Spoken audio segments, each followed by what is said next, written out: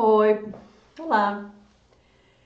Eu vim aqui falar naturalmente sobre a importância de nós tratarmos os traumas da infância, adolescência, ou pode ser da vida adulta também, mas quando, quando nós falamos do trauma de infância, ou não necessariamente precisa ser um trauma, mas alguma situação que aconteceu que marcou que marcou, uh, quando não é tratado, quando nós não voltamos lá para cuidar do que aconteceu, para tratar essa memória, e daqui a pouquinho eu explico o que é tratar uma memória, ela continua reverberando, né?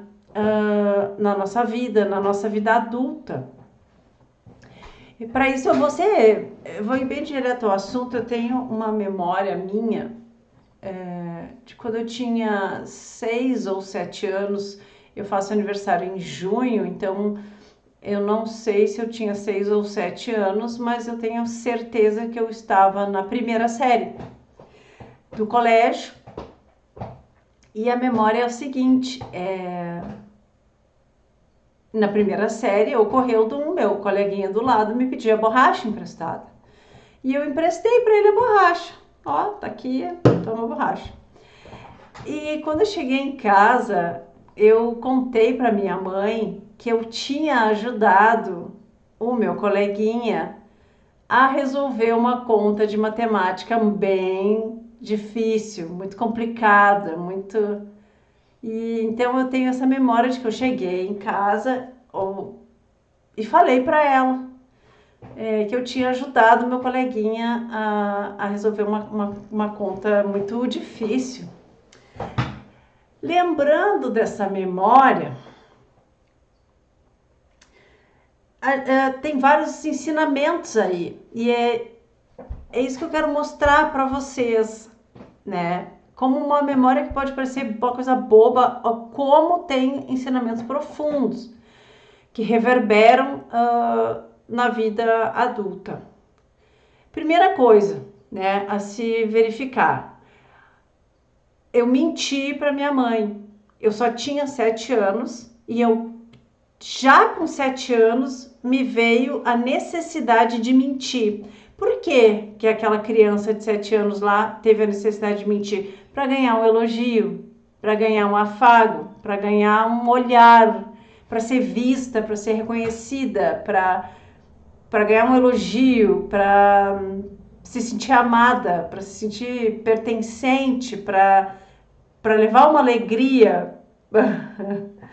Né? E a continuação da memória é que quando eu falei para minha mãe que eu tinha ensinado o meu colega, ajudado o meu colega a resolver uma conta bem difícil de matemática, ela não deu a menor importância. Ela simplesmente não deu nenhuma importância. Aquilo não reverberou nela. Eu não recebi elogio, não fui reconhecida, não fui vista.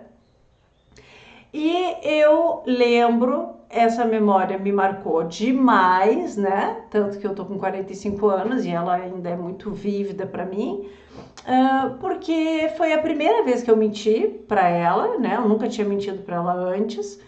E além de ter mentido, eu não consegui o que eu quis e eu fiquei muito triste por ter mentido para ela. E eu chorei muito durante a noite.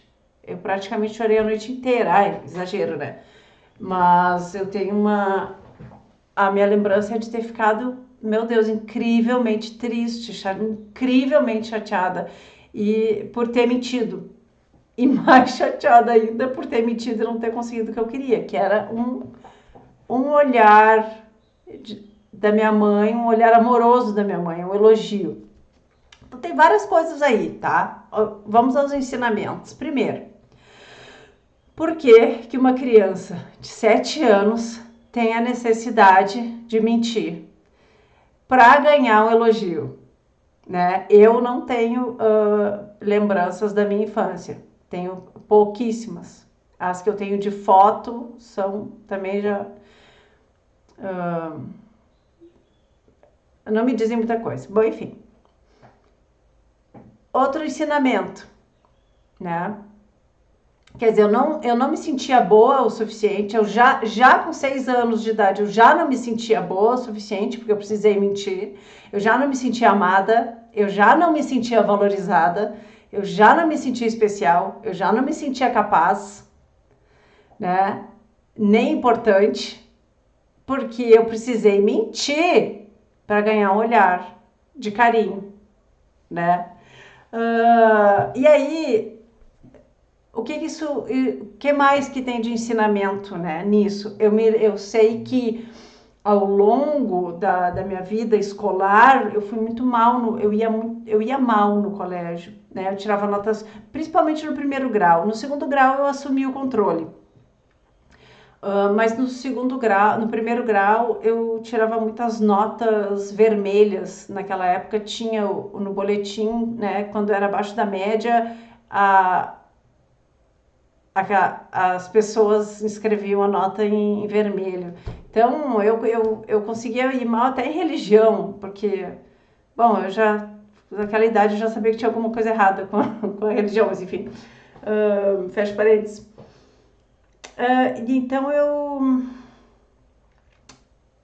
sempre fui mal no colégio. E essa memória pode ter uma chave aí, né? Por quê? Porque se aos 7 anos de idade eu passei pela necessidade de criar uma mentira para ganhar um elogio e não consegui o que eu queria, ainda fiquei chateada por ser uma impostora, por ser mentirosa, por mentir, por enganar, né?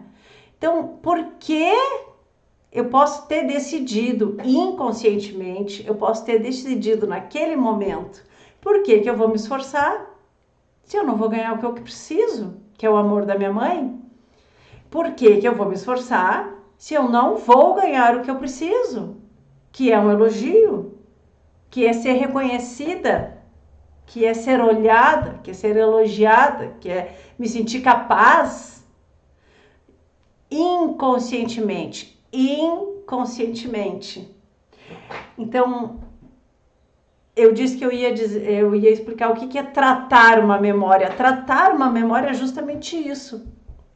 É nós trazermos à tona para o consciente as lembranças que nós temos da infância, as que marcaram.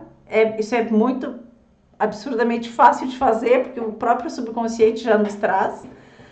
E verificar, estudar o que aconteceu aí, o que você possivelmente aprendeu com essa situação, né? Então, ao longo da minha vida escolar, no primeiro grau, eu ia muito mal. Eu me lembro que quando eu sentava para estudar, eu sentia um desconforto, uma angústia, uma vontade de sair dali, uma vontade de fazer alguma outra coisa. A minha cabeça não parava, meu corpo se sentia mal. Me dava um mal-estar de estudar, eu não conseguia parar quieta, aquilo não entrava na minha cabeça e eu sentia muita revolta. Eu cresci sentindo muita revolta. Então, eu não conseguia estudar. E onde é que eu quero chegar?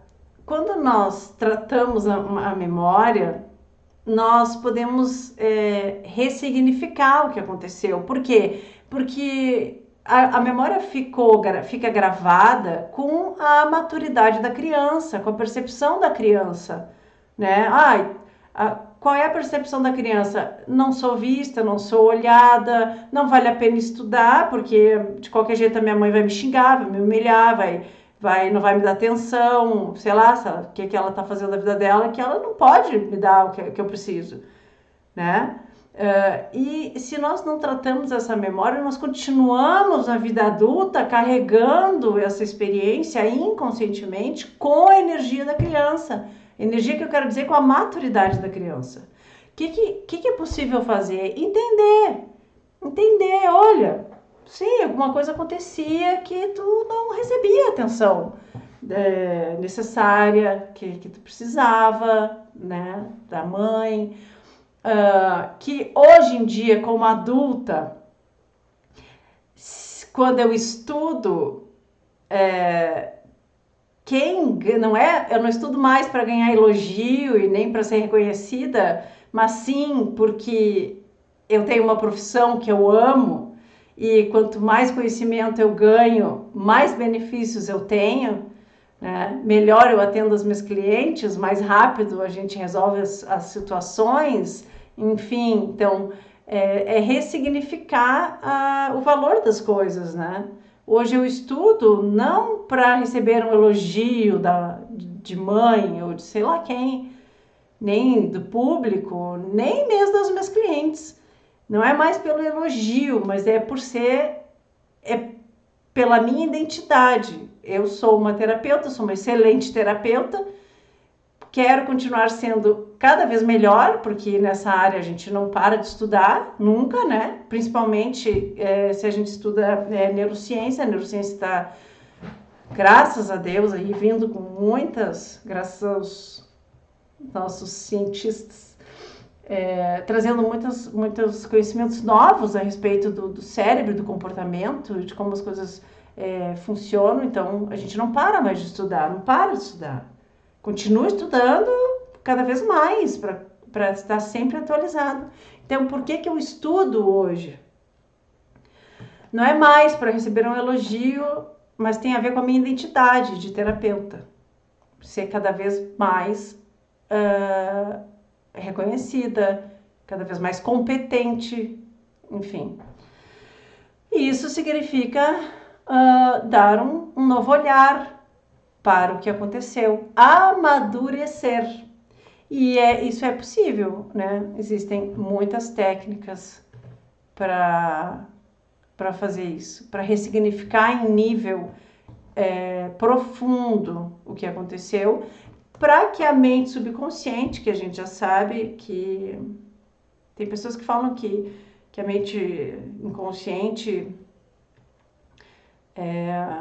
equivale a 95% do nosso funcionamento diário, assim, de como a gente faz as coisas, né? Muitas coisas a gente faz no automático.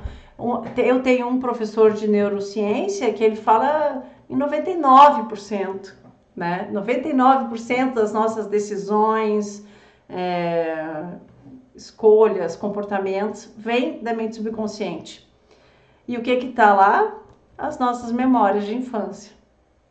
E vejam, né, uma memória que parece relativamente boba, né, ter mentido para minha mãe para eu receber o elogio, quanta coisa, quantos gatilhos, quanto ensinamento tem aí, né? Eu precisei tratar essa memória, porque era uma memória que me trazia tristeza, e principalmente eu cheguei nessa memória quando eu comecei a ser terapeuta, a estudar para ser terapeuta, e eu não conseguia parar quieta para estudar. Eu não conseguia ler livros. Era inconcebível para mim. E agora não, agora eu consigo ler, agora eu consigo assistir aulas, consigo... tô focada aqui, gravando vídeo.